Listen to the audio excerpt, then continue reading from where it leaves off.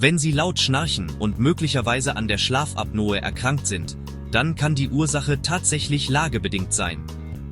Die lagebedingte Schlafapnoe ist bei Rückenschläfern weit verbreitet. Es gibt allerdings Möglichkeiten, die Seitenlage zu erzwingen, um die lebensgefährlichen Atemaussetzer im Schlaf zu vermeiden.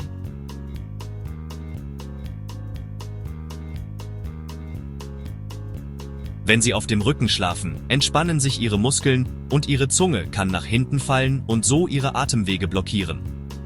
Und wenn sich aufgrund von Übergewicht zusätzlich Fettgewebe in Ihrem Hals-Rachenbereich abgelagert hat, kann dies Ihre Atemwege noch stärker verschließen. Das bedeutet mehr Atemaussetzer und ein größeres Gesundheitsrisiko. Die gute Nachricht: Die Änderung Ihrer Schlafposition kann Linderung bedeuten. Versuchen Sie durch Hilfsmittel wie dem Seitenschläfer-Rucksack, Seitenschläfer-T-Shirt, dem elektrischen Lagerungsgurt oder anderen Gadgets aus dem Internet auf der Seite zu schlafen. Sprechen Sie mit Ihrem Arzt alle weiteren Schritte ab. Liken, teilen und abonnieren Sie für weitere einfache Schlafapnoe-Tipps.